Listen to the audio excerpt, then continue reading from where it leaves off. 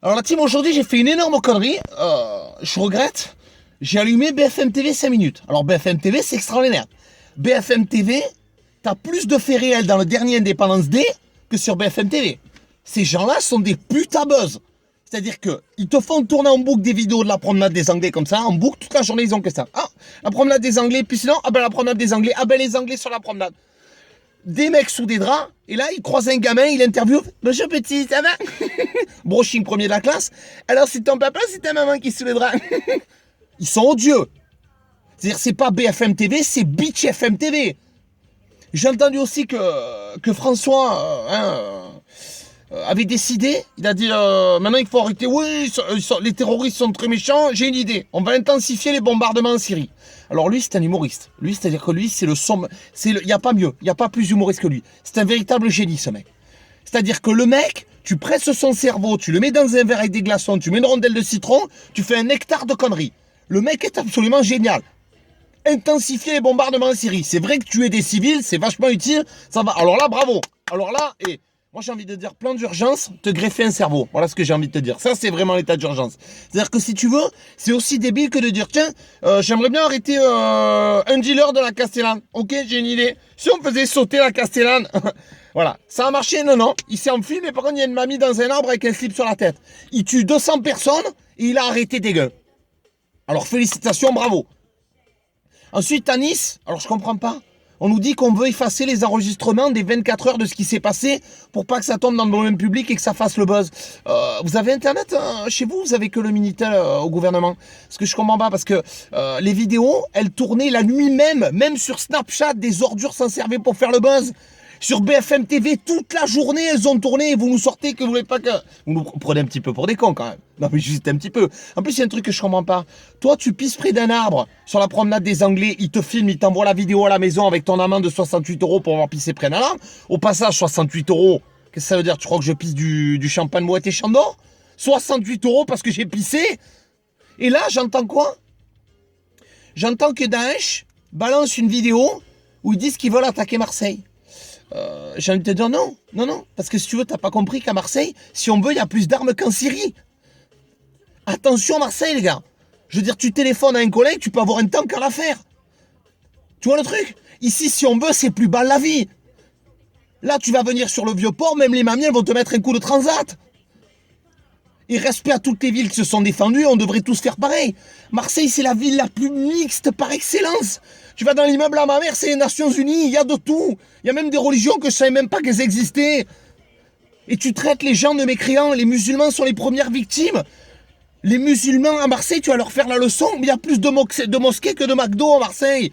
Et c'est toi qui vas leur apprendre le Coran, c'est toi qui vas leur faire la leçon. Mais c'est des gens bien ici qu'il y a. Le Coran, toi, tu l'as appris où?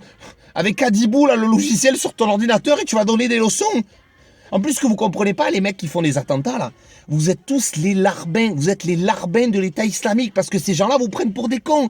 L'autre, là, Baghdadi, le Puff Daddy de Raqqa, là, quand vous vous faites sauter, lui, il se fait des putes et de la cocaïne, il croit en rien, lui, il croit en rien du tout.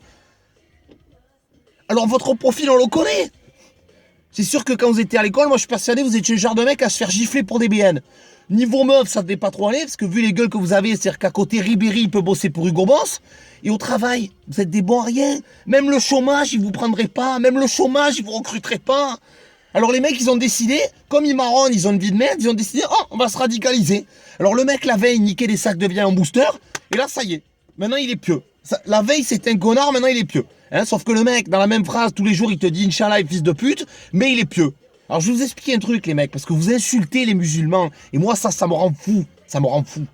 Je t'explique un truc, c'est pas parce que tu te fais pousser la barbe que t'es pieux, tu vois ce que je veux dire? Parce que il y a des croyants qui ont la barbe, mais la barbe ne fait pas le croyant, mon ami. Voilà, donc sache-le et ne l'oublie jamais, ça c'est très important. Le truc, c'est que vous ne comprenez pas que le monde entier vous déteste. Que les gens soient chrétiens, athées, musulmans, bouddhistes, ce que tu veux, juifs, ce que tu veux, de toutes les races et les religions, tout le monde vous déteste. Bon, c'est le point commun que vous avez avec François Hollande et Manuel Valls. C'est-à-dire, c'est pas Pokémon Go qu'il faut inventer, c'est Valls et Hollande Go. Dégagez. Dégagez parce que tout le monde s'en fout. Et je vais même vous dire mieux. Vous racontez n'importe quoi, vous ne croyez en rien. Je me suis intéressé à certains écrits du prophète et j'ai noté, parce que ça c'est très important, il parlait déjà de vous. il y a très très longtemps en arrière, il parlait déjà des usurpateurs. Alors déjà, je répète cette phrase que j'aime beaucoup, hein, tout le monde le sait, c'est écrit dans le Coran, que celui qui tue un être humain tue l'humanité tout entière. Et le prophète avait dit, donc en vrac, hein, c'est intéressant, hein, que la religion deviendrait une coquille vide réduite à ses rituels et que des imams corrompus provoqueraient des conflits. Je l'ai noté parce que je voulais vraiment être précis. Un groupe de jeunes gens immatures et stupides viendrait un jour pour détourner la foi, leur discours serait séduisant, mais ils commettraient des atrocités, ils ne comprendraient rien, c'est vous, à l'esprit du Coran, car ils n'en régurgiteraient que des passages soigneusement choisis en vue de recruter de nouveaux membres, et ces gens-là seraient la lie de la création. Ils auraient des cœurs durs comme le fer, des drapeaux noirs et se réuniraient en état. Ce sont des imposteurs. Voilà, que ce soit clair une bonne fois pour toutes, et après je n'en parlerai plus parce que ça commence à me fatiguer. Je tenais quand même à vous dire que si j'ironise là-dessus, c'est parce que je pense que l'humour est un rempart contre l'horreur. Ces gens-là, nous devons les ridiculiser au maximum. Ensuite, je tenais à dire évidemment toutes mes condoléances aux gens qui ont perdu des proches dans ces attentats, parce que c'est affreux. Et une chose qui était très importante pour moi, je tenais à remercier Franck. Personnellement, je ne te connais pas, mais tu es un héros. Je ne comprends pas pourquoi on donne la Légion d'honneur à Mimi Mati et pas des mecs comme toi, mais je pense que de toute façon, tu la refuserais.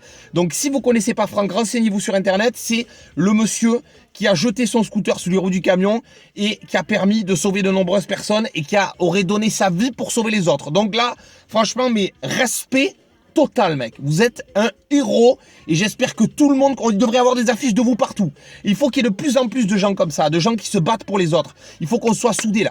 Ce que vous aimez pas, en fait, ce que vous détestez, c'est qu'en France, mis à part ce gouvernement dégueulasse, on est libre de croire ce qu'on veut, de pas croire, etc. Bien sûr que le gouvernement complique les choses, etc. Mais c'est ça qui est magnifique.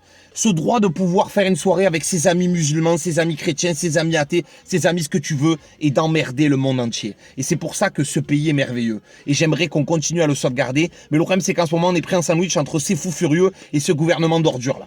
Et je tenais à citer aussi une phrase que j'aime beaucoup, et qui vient de William Wallace, donc qui est quelqu'un qui, lui, en son temps, avait combattu pour l'indépendance de l'Écosse, et qui, donc, a été dépeint dans un film que tout le monde connaît, qui s'appelle Braveheart. Et cette phrase, c'est « Vous pourrez nous ôter la vie, mais vous ne pourrez pas nous ôter notre liberté ». Allez, salut la team.